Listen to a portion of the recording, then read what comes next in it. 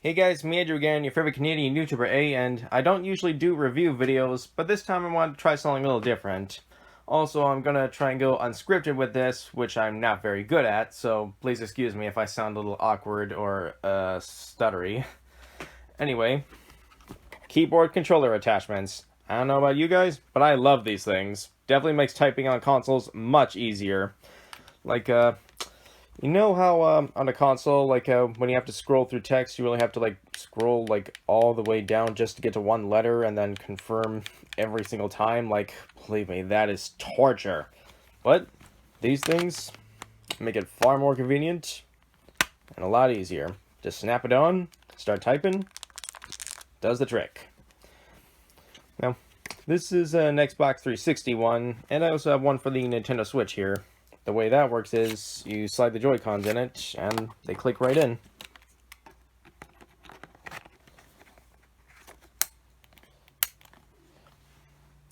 Now, if you're wondering why I have a wired one instead of a wireless one, funny story, I actually ordered a wireless one on eBay, but the seller accidentally sent me a wired one. We worked it out, I got a full refund, and even though I didn't get the wireless one I wanted, I technically got a free wired controller attachment out of it. Hey, still cool.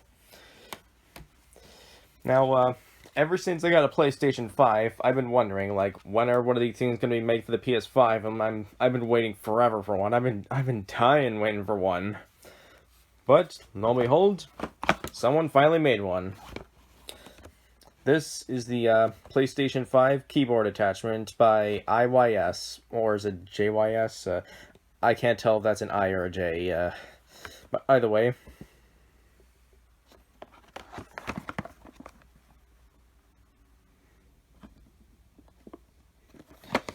I already unboxed it, so I'm not going to be doing an unboxing. I'm just going to pop it out like this. Anyway, here it is.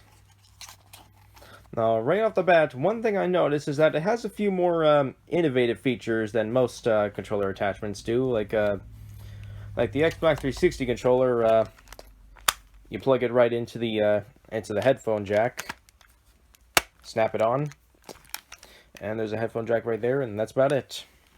This one, on the other hand, it works very similarly, much like the Xbox 360 controller attachment. You, hold on a second, this one's actually a little bit more difficult. Oh, there we go. And it snaps on just like that. The first thing I noticed is that it has a few more innovative features that the other ones don't. Like, for instance, it has an on and off switch, which is pretty cool.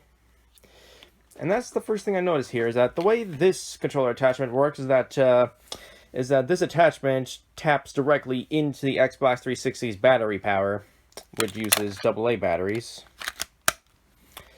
And because of that, when this thing is connected, it actually drains the Xbox 360's battery faster. Like, in a way, it's sort of leeching on the Xbox controller's battery. So if you don't want the battery to drain too fast, you'll either have to disconnect this thing or temporarily remove the battery if you're watching a video. This one, on the other hand, this was actually something I was a little worried with this controller, is that the PS5 controller already has fairly limited battery life, like it drains like a little faster than other controllers do that I know of. And to have an attachment leeching on this thing's battery and drain it even faster, like this thing wouldn't even last an hour. Thankfully, I don't have to worry about that, because the first thing I noticed is that, unlike the Xbox 360 controller attachment, this thing has its own personal battery supply. You can see right there it has a charging port there. You have to charge this thing separately. And thus, and if you want to use it, just simply turn it on. And when you don't want to use it and waste the battery, just turn it off. I find that's a very innovative feature that not many of these things have. Also, another thing I noticed here is that, well, this thing instantly connects to the controller when you plug it in. This thing, on the other hand, is Bluetooth activated. Like, the way it works is, when you connect this thing, you have to turn it on, go to settings, and I think you also have to go to accessories, and then click on Bluetooth devices, press and hold this button down for 3 seconds-ish, and then the icon will come up. You type in the code that comes on screen with the numbers up here, and then press enter, and it instantly connects. you don't have to do this every single time you plug it in. You do that once, and the controller instantly recognizes it, and the system permanently connected. It also has a little light right here that indicates when you turn it on, it turns blue. When Bluetooth is connected, it turns green, indicating it's connected. And when it's low on battery, it flashes blue repeatedly, and the Bluetooth stops working. And when you plug it in and charge it, it turns red, indicating it's charging.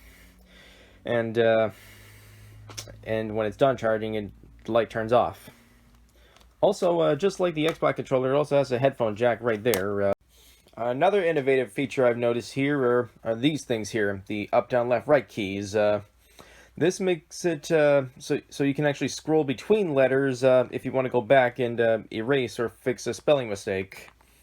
This is actually something that I really like, in that I've had a bit of a problem with other keyboard attachments in the past here, like especially the Nintendo Switch controller, like when I'm trying to post a screenshot to Twitter or something, I type, but there's no option to go back on the thing, and it's a bit frustrating. Also, with others, you have to use like the L1 and R1 buttons to go between them, which is also a little bit frustrating. But with these, you can go forward and back and up and down between text columns much more easily. I like that. Although there is one little thing about this I noticed that may be a little bit of a problem, is that it's if you look closely, you'll notice that this thing is a little loose. Like, it's a little wobbly.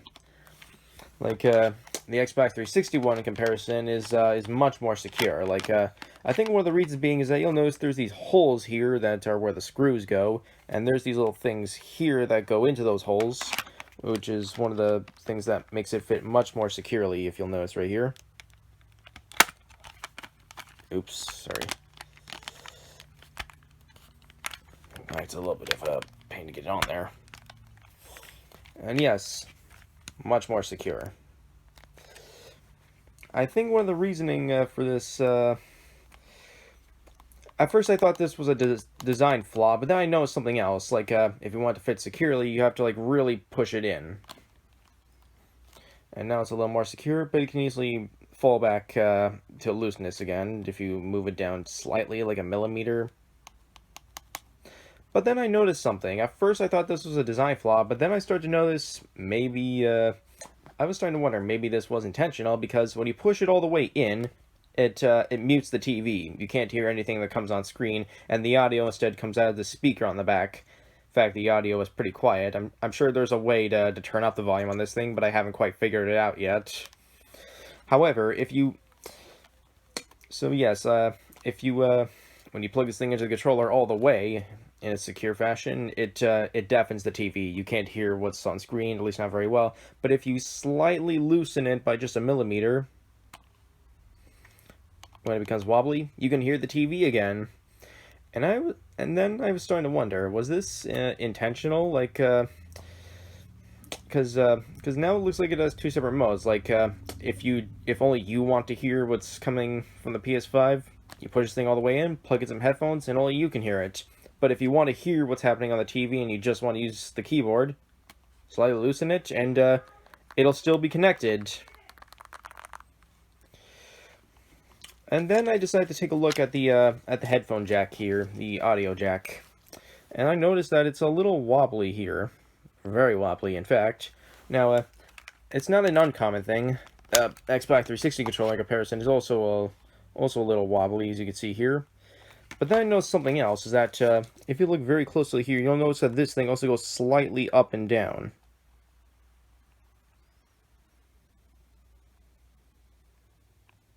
Well, this one doesn't. I was starting to think to myself, is this a design flaw, or was it intended to be designed like this? In fact, this wobbliness is actually one of the reasons why it's a little harder to get this one on the controller. But it's not too much of a struggle. Now, to be honest, I don't know if this is a design flaw or if an intentional design purpose. If this is intentional for design, then I gotta say, I guess it is a a little somewhat convenient. Like, I will say this, though, because it falls out of place easily, it's all wobbly. But thankfully, you grip the controller like this. So you gotta make sure your back fingers are holding it in place. Sometimes when it wobbles around, you might hear a slight audio pop, which, if this is a design flaw, I don't know if it can potentially damage the thing or the controller or not, but I'll say this. Other than that, it works pretty well. It makes typing a lot easier on the PS5. Would I recommend this? Well, I'll say this. I got this on Amazon for roughly $19.85 Canadian, which, if you're American, I think that's equal to roughly $16.33 US. At that price, it's not bad. I say it works fairly well. While it's definitely not perfect, it's I will admit the plastic quality is not as good as the PS5 controller itself, but then again, it's hard to match that quality. But for the most part, I'd say this thing works pretty well. I guess for the price, I'd say it's worth it. It's not perfect, but it works. If you want something that'll make typing easier, this does the job. If you don't mind a little wobbliness and having to move it in place, depending on if you want to hear it or not, I'd say go for it. So, what do you guys think? Would you want to get one of these? Let me know in the comments below, and I'll see you next time. Hey?